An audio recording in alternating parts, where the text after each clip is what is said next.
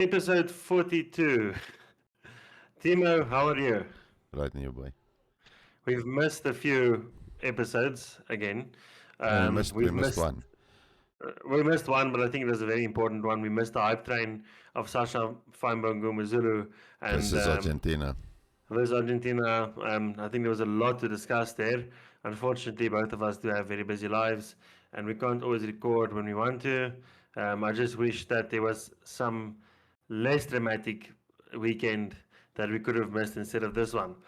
But anyways, we are back. We are gonna continue. We are gonna do a preview of this weekend's the final round of the Rugby Championship, and we will do our thoughts on the URC. As you can see, I'm wearing my URC Stormer shirt, which we'll get into in a bit. But yeah, Timo, take us away. Okay, where must I take us? Well, you can decide. We can either start with the All Blacks and New Zealand game. Yeah. I'll run us through that game. I'm not too sure. Do I think Australia could beat the All Blacks? Yes. Do I think they're going to beat the All Blacks? No. I think that you can't have a magician on wing and expect the world to take you seriously. When you've got Harry Potter in your team, nobody's going to take you seriously. I do think they've got the team to beat the All Blacks, but I think the All Blacks. I think both South Africa and the All Blacks came into this Rugby Championship very underwhelming, and then they kind of got back to the form of where we would expect them to be. I mean, we look at last weekend's South African win over the Argentinians, which was an amazing game. I would have loved for us to score to give away less points and win 63-10 rather than 63-30. But also the All Blacks, they pitched up and everybody went all on a ballistic about, but it's this with the referee and that with the referee and all that.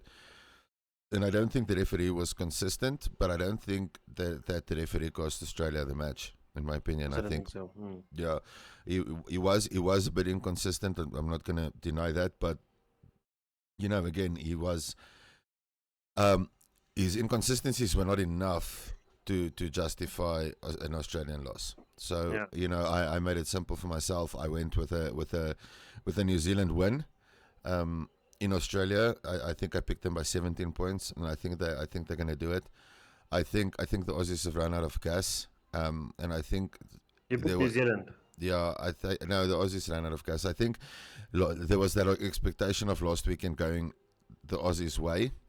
And it didn't. I don't think it went the Aussies' way, and I think they might be a bit deflated, because it's almost like this one step forward and two step back thing they're going through at the moment. So they just need to take this Rugby Championship. They beat South Africa at home. They beat Argentina once, and then look at it. You're playing at home now. Give the fans a show and maybe you pull it through. But I think ultimately it's going to come down to South Africa or New Zealand who's going to be the champs. And the champions. Look, I think I'm actually going to give Australia a shot this week, and I think they're going to win it. To be honest with you, I think the All Blacks, they didn't play bad at all, and there's a lot of exciting changes to the team that they've made. Obviously, Cam Roygaard is back. I know he was playing last weekend. I thought he was phenomenal, and I think he's going to be phenomenal this weekend again. Yeah.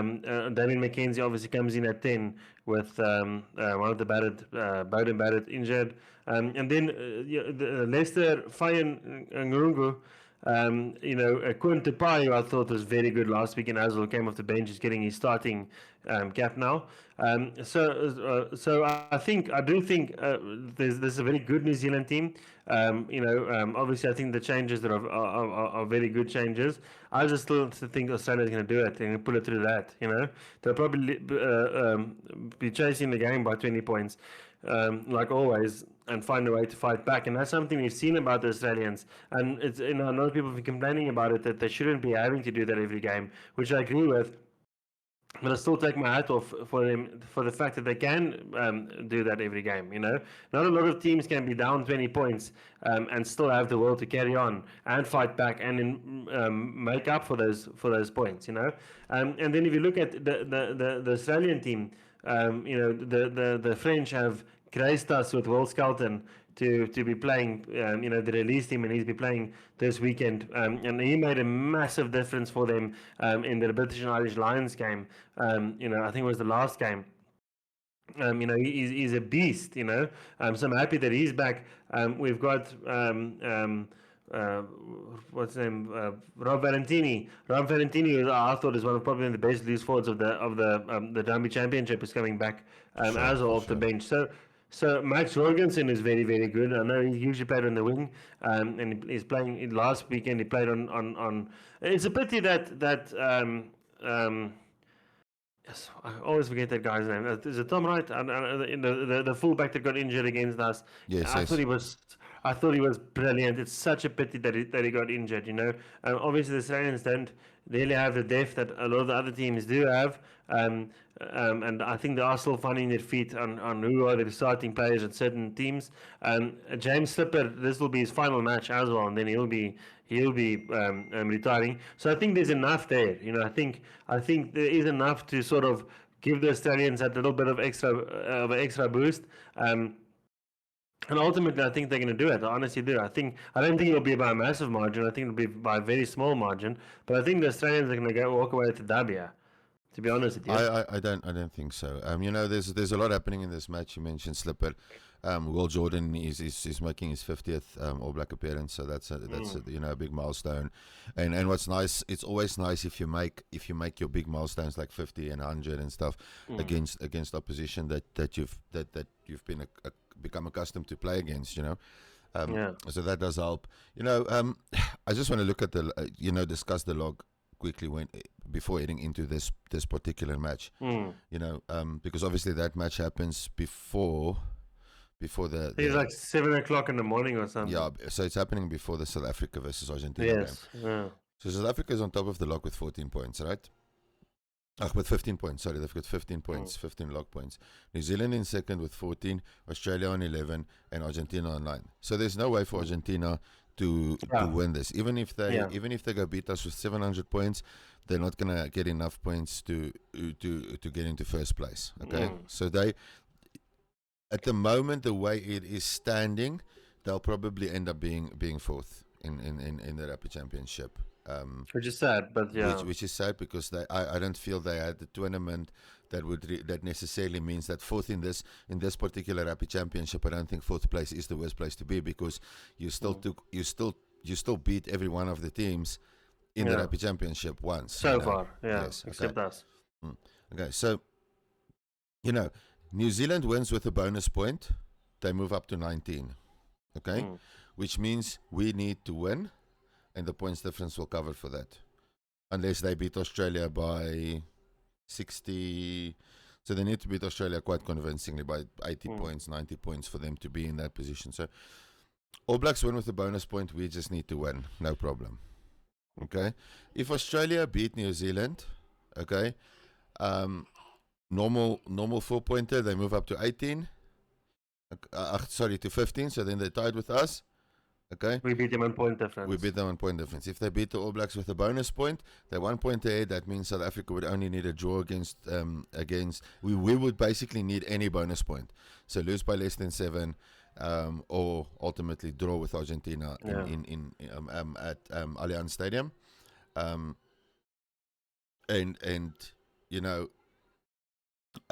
So at the moment, the pressure is on South Africa because it is our Rugby Championship to lose again. You want to move on to the South African and Argentinian game? Yeah, let's move on to that. Yeah. Coming off that hype weekend. Yeah, 100%. Yeah. So I think just want to add on what you said there. It is our rugby championship to lose, and coming off, I agree with you 100% there. It's the balls in our corner.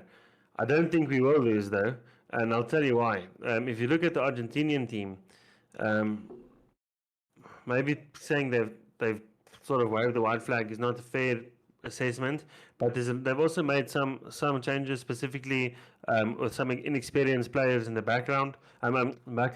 Especially if you look at the halfback pairing in Bad Simon Benitez Cruz, Jeremino Presidente Daily, so there's a few of them that are sort of not the most experienced players.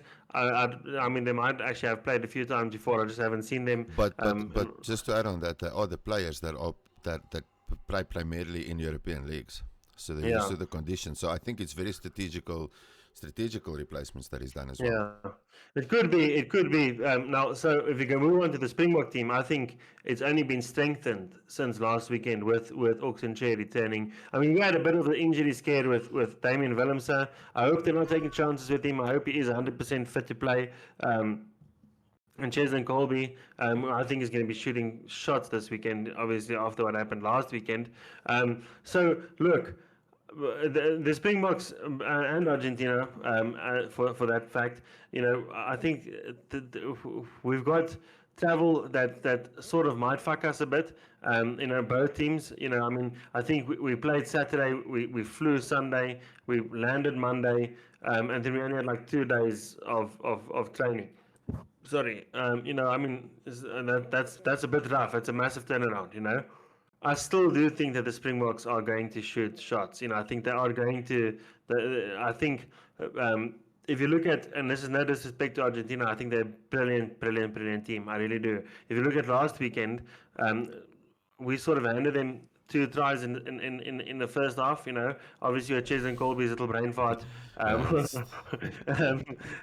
which we forgive him for. He's done like 100 other things that were very, very good. And he probably will do 100 things this weekend that will be very, very good. And also Malcolm Marx's as penalty try, yellow card. I think. I mean. That's sort of probably not the one that was handed to them. There was probably nothing you were going to do to stop that maul, anyways. But still, I think the margin flatters the Argentinians a bit, and I think this weekend the Springboks have a lot to play for. They know that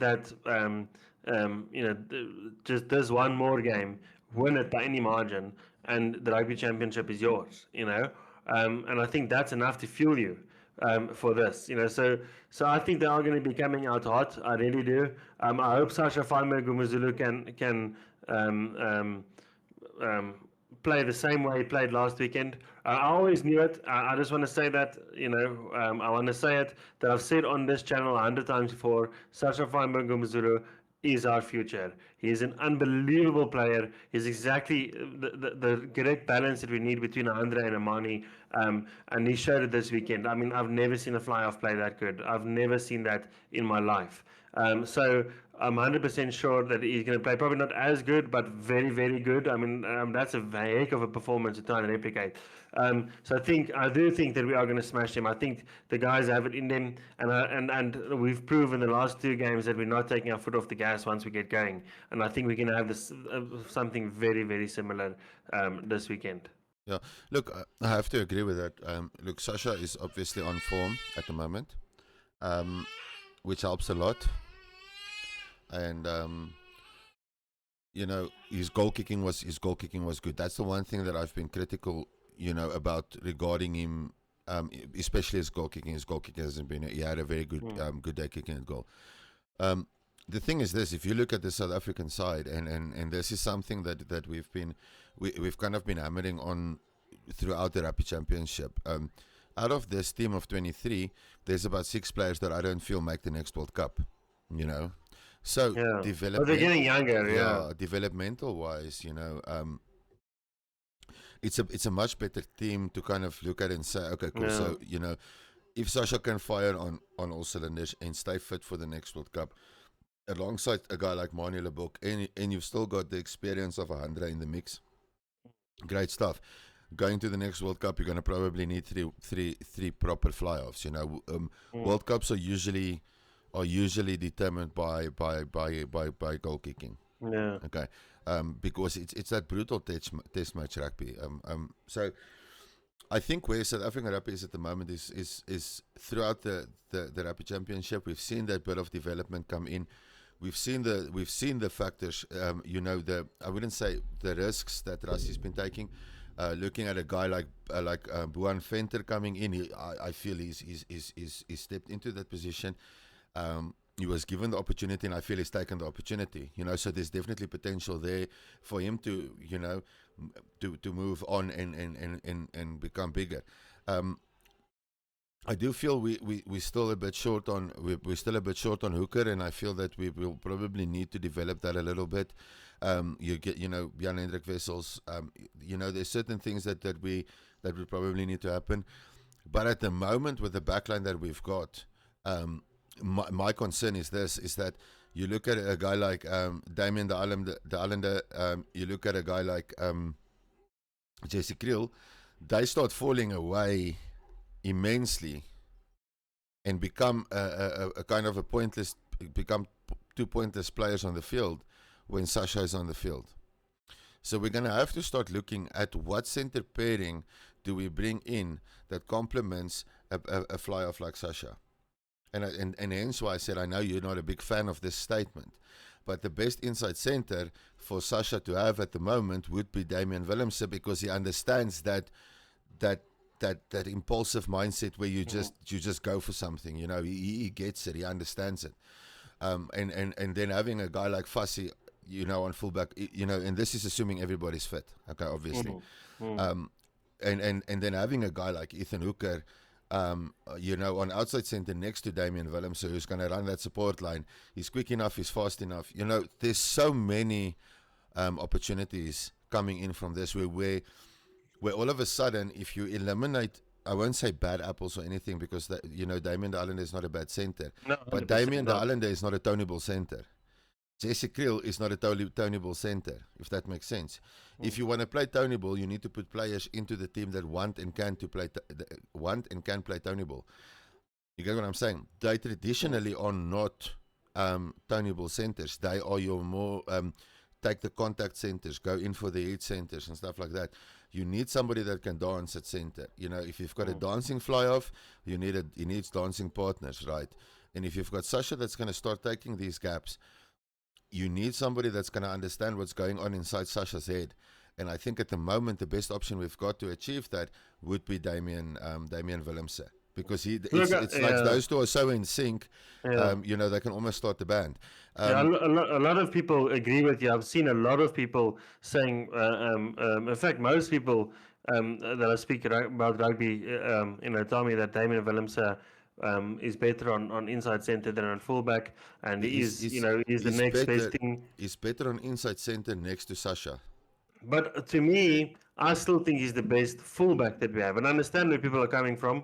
I like Damien de Linde, I do. I actually prefer Andries Reisen, and I know that's probably a lot of people disagree with me for that. But I really like Andries Reisen. I think especially in recent days, he's been in very, very good form. I would have liked to see him on inside centre actually alongside Canan Moodie. But anyways, in my opinion, I think Damien Willemse is still the best fullback we have, and I would like to keep him there. Damien Willemse is also a playmaker, and I'd like to keep him in sort of a playmaker position as well. I like the fact, look, Apalele Fassi, is nothing wrong with him. I think he's an unbelievable player as well. And I wouldn't be angry if we had the Sasha 10, Damien 12, and Fassi 15. I still think that's unbelievable. That just talks to the depth that we have, that we can shuffle players around like this, and still have a very, very good competitive team. But if we're talking our strongest team, World Cup final tomorrow team, to me, I'm backing Damien at fullback. and possibly someone like Andre Streisen on 12. I think there's still, in my opinion, what I still think is that 2027 is still like 2 years away. I think there's a few names here that will be on the starting 23 that we haven't seen yet, to be honest with you, or we have seen but not seen a lot of. To be 100% honest with you, no, I think if you look at the team, it's getting younger and younger. And something you actually raised in the start of the Rugby Championship is that our players were too old. But if you look at the backline, especially, I mean, you've got players, so many players that are under 25, like Sasha Feinberg, Umazulu, Ethan Hooker, Kanan Moody. I think Damien Willems is on the dot 25. But that's what I'm saying. So if I look at that backline, right, I'm just going to pull up the team again so that our viewers can just see what we're talking about. You look at that backline, Kobus Reinach and Damien the Islander don't make the next World Cup. I don't think so. Based on the quality that we've got available at the moment on inside center and on scrum off, because you've got Krappies coming in. He had a phenomenal game last week, and the service to Sasha was so good. It was really so good. Don't get me wrong, Kobus Reinach, quality player, but he's over 30. And I think the move to the Stormers is his swan song. I'm happy because as a Stormers supporter, he's going to my team. I feel that we need a bit of seniority in our team, where you've got a lot of senior players with Bok experience coming and helping the young guys, just get through the stuff. But I mean, you'll probably see a backline where it will go. Then, if you just eliminate and you place like for like there, you've got Grant Williams or Krappies coming in for Kobus Reinach. Okay, you've got Sasha at 10, Ethan at 11.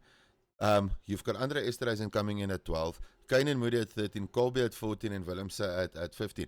And then you can even swap this around like crazy, where you can drop Kainen Moody, bring in Hooker to center alongside Andre Esterhuizen, okay, and you can bring in a guy like Kurtley Arends as well. So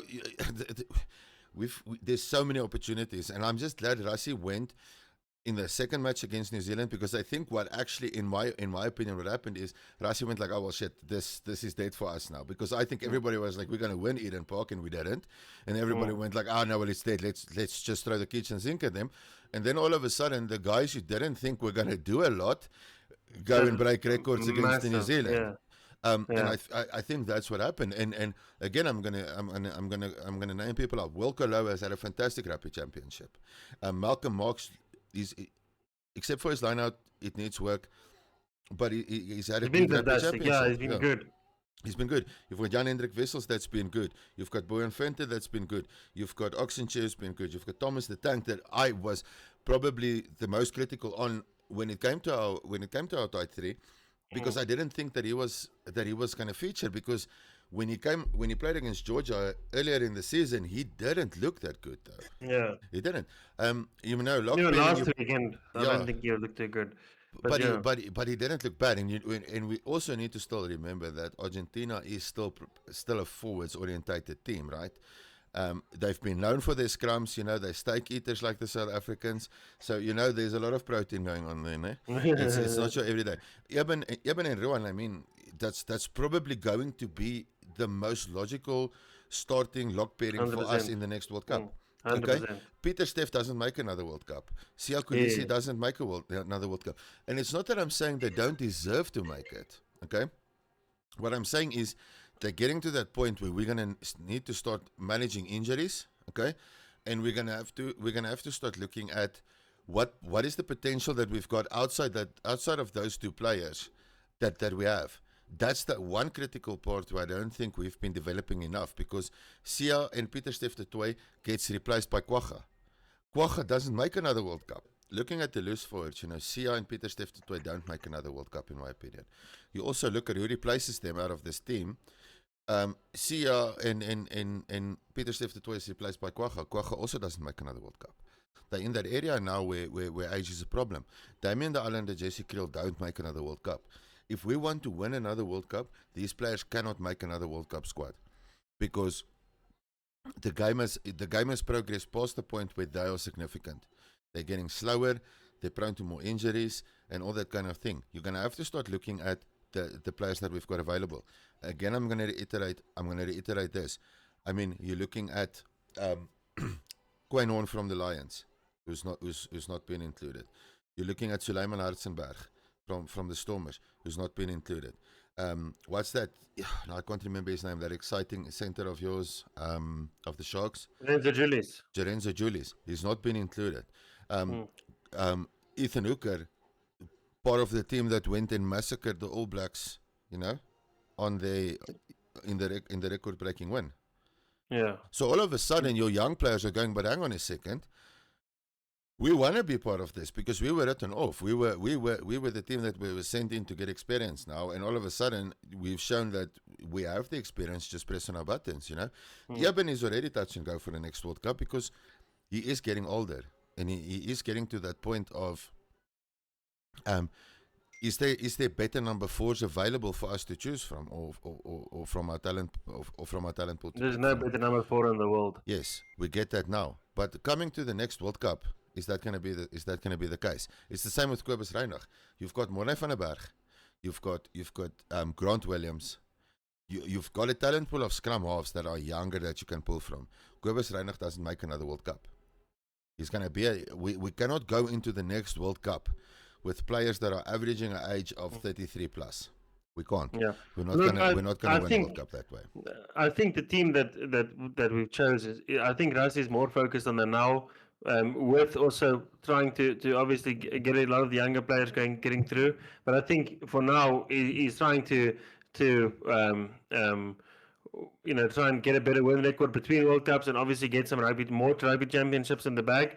I do disagree with Siya Kolisi and Pieter-Steph du Toit going to the next World Cup. I think Pieter-Steph du Toit is still, every single game he plays, if he's not the man of the match, he's the runner-up to me. And I think that was also one of the this weekend. I think he was playing phenomenally. I think he's still got it. He's 33 years old. He'll be 35 years old come the World Cup time. And I think he's got an engine that's still roaring. I honestly do think that this guy just fucking.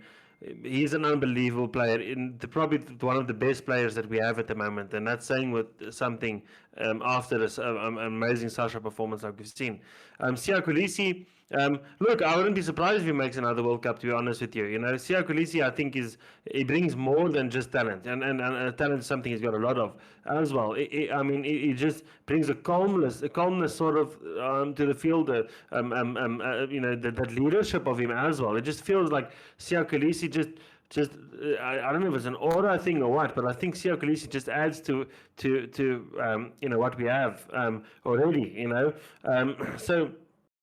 Look, I think a lot of people argue that Siya Kolisi isn't as good as the other sixes that we have available, and I'll argue that. I think Siya Kolisi is very, very good, and I still think he is got a lot to play for still, and I think he does make one more World Cup. After that, he probably, I won't be surprised if he retires just after the World Cup, I don't think he'll make it further than that. I mean, I think he's 34, 35, he might be a bit older than that.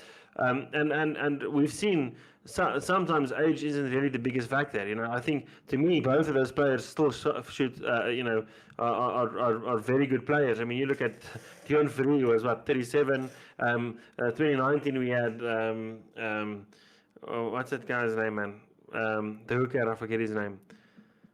Anyways, he was also like 38, 39. So sometimes Skalk, that's him. Yeah. So look, I do think that these two players, definitely, in my opinion, I think they're making it to the next World Cup. I don't think Kobus Reinach, I agree with you 100% there, he doesn't make it. But I think there we're covered. We really, really are covered. I think we still have Krapis, who I think is a very good player. I think he played very well this week, and I think he will play very well going forward as well. Grant Williams, I think Grant Williams is actually our starter. Kobus Reinach hasn't been looking bad. I just think Grant Williams is probably still our first choice, if there is such a thing in the Springbok squad, but I think he is. But to be honest with you, I actually forgot what my point was. So you carry on. No. Well, I don't think we can say much more. I think it's going to come down to predictions. I think the All Blacks. I think the All Blacks are going to smash the Wallabies in Australia. and I think we're going to smash Argentina in England. Okay, well, give Yeah. us a point. Give us a point. Give us. All Blacks by 17, South Africa by about 50. Okay, I'm gonna go Australia by. I'm gonna go Australia by 7. Mm. Full try, and I'm gonna go South Africa by 60. Oh, okay. Yeah. Yeah. Look, just before we finish off, you know, I we know mentioned the URC quickly before we go. yeah, we know the URC has started. It's been a busy time for both me and Brenty. So it's not that we flaking on the URC or anything like that. The Rugby Championships finishing this weekend. We probably do an early week segment regarding the outcome of the Rugby Championship. And then next week we'll do a proper show, which will then be discussing the first 2 rounds of the URC. Our predictions regarding the URC players, we've noticed that we feel do stand out a bit more than other players, teams that are standing out a bit more. So everybody, please, Brenty's been wearing his Stormers jersey with a lot of pride. I think I'm not even a Stormer, but yeah. with that gingernism, he looks better in a Sharks jersey though. So he mustn't, put that blasphemy. I thought blue is my color, but yeah. Mustn't put that blasphemy in my jersey.